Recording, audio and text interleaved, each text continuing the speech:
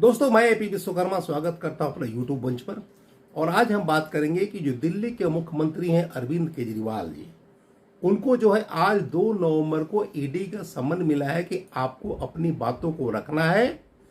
और जो दिल्ली का शराब नीति आबकारी घोटाला हुआ है, जो उसमें इनको पहले भी पूछताछ हो चुकी थी अप्रैल में, तो आज दिल्ली का जो है सम्मन जारी हुआ है, ईडी का सम्मन जारी हुआ है। 2 नवंबर को इनको वहां पे हाजिर होना है और अपनी बातों को ईडी के सामने रखना है, चूंकि इनका भी नाम उसमें आया है।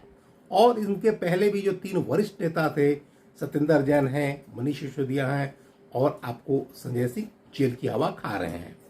तो इनकी भी हो सकता है कि चांसेस हो कि या तो ईडी गिरफ्तार भी कर सकती है या तो नहीं भी कर सकती है।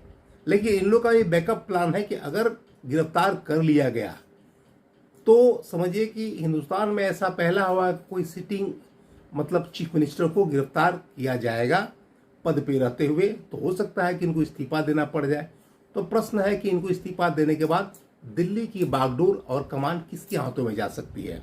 ये प्रश्न सबके जहन में है, बीजेपी के भी जहन में है, आम आदमी पार्टी के जहन में भी है, आम जनता को भी जहन में है।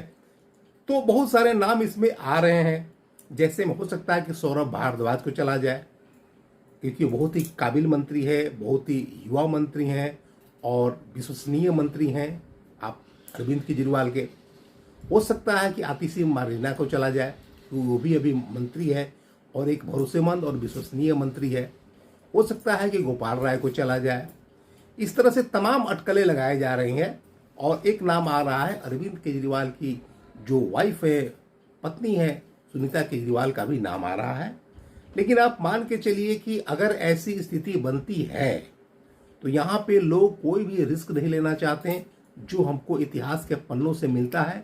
जैसे यही हाल हुआ था जब चारा घोटाले में लालू प्रसाद यादव जेल गए थे, जब वो बिहार के मुख्यमंत्री थे, तो अपनी पत्नी को जो है श्रीमती राबड़ी देवी को मुख्यमंत्री की गद्दी सौंप करके बिहार का चले गए थे वो जेल।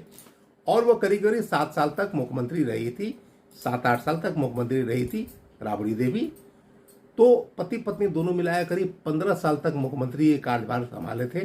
तो यहाँ पे ऐसी कोई लोग रिस्क नहीं लेना चाहते, जो खासकर जो पार्टी की सुप्रीमो हो, कि बाद में बात बिगड़े और बाद में पार्टी ही उनके हाथ से निकल जाए। तो चाहे चर्चा किसी की भी हो, लेकिन आप मान के चलिए कि 99.99% यही चांसेस है कि अगर ऐसी नौबत आती है तो अरविंद केजरीवाल जी अपनी पत्नी श्रीमती सुनीता केजरीवाल को ही मुख्यमंत्री की बागडोर सौंपेंगे दिल्ली का।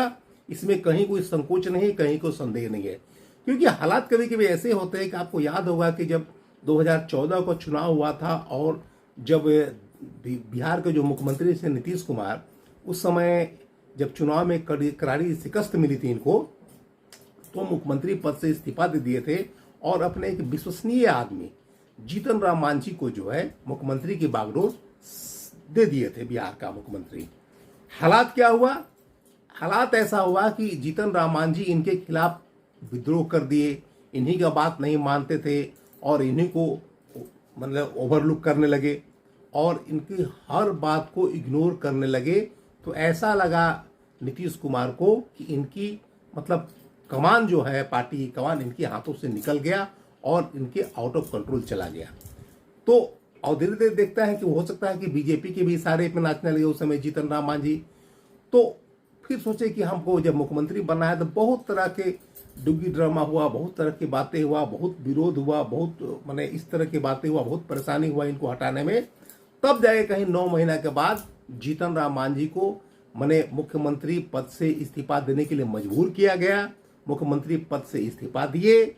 तो इसलिए आज के डेट में पॉलिटिक्स में किसी पे भरोसा करना बहुत मुश्किल है, खासकर जब आपका वैसे तो पार्टी में एक से एक कार्यकर्ता होते हैं, विश्वसनीय कार्यकर्ता भी होते हैं, लेकिन जितनी पॉलिटिक्स में जितनी गद्दारी होती है, एक तरफ लोग गले मिलते हैं, दूसरी तरफ बगल में हाथ में छुरी भी लेके घूमते हैं, कब इसको मौके मिले खत्म कर दें। तो ये पॉलिटिक्स में होते रहती है, कोई नई बात नहीं है। तो इस तरह का अरविंद केजरीवाल एक बहुत ही मजे हुए खिलाड़ी है पॉलिटिक्स के। तो वो इस तरह का रिस्क नहीं लेंगे कि पार्टी उसके आउट ऑफ कंट्रोल हो जाए, क्योंकि पार्टी का पूरी की पूरी कमान अपने हाथ में रखे हैं। वो कहने के लिए तो बहुत बात कहते हैं कि माने एक आदमी एक पद, लेकिन दिल्ली का जो मुख्यमंत्री के साथ साथ वो जो मुख्य संयोजक का पद है मतलब सुप्रीमो, पार्टी का सुप्रीम बॉस वही है और पार्टी में वही होता है जो वो चाहते हैं अरविंद केजरीवाल जी। उनकी मर्जी के बगैर एक पत्ता भी नहीं हिल सकता पार्टी में। तो वहां भी डेमोक्रेसी नाम की कोई चीज नहीं है आम आदमी पार्टी में। जो जो विरोध को शोर उठाता है उसको लात मार के बाहर निकाल दिया जाता है।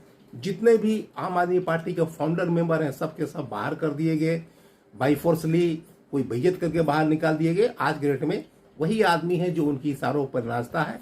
तो यही इसी तरह से चलते रहता है पॉलिटिक्स में। तो आप मान के चलिए कि ये जो प्रश्न उठ रहा है कि मैंने अरविंद केजरीवाल के बाद दिल्ली का मुख्यमंत्री कौन होगा, तो आप मान के चलिए कि उनकी पत्नी सुनीता केजरीवाल ही होगी। यही प्रबल संभावनाएं हैं। 99.99% यही हो सकता है। बाकी विश्वसनीय जितने भरोसेमंद सिपा सलार हैं वो नाम उछाला जाएगा, लेकिन वो कोई बनने नहीं जा रहे हैं। दोस्तों, अगर आपको वीडियो अच्छा लगा तो लाइक करें, शेयर करें, चैनल को सब्सक्राइब करें। आज की वीडियो में इतना ही, मिलते हैं अगले वीडियो में। तब तक के लिए thanks for watching this video.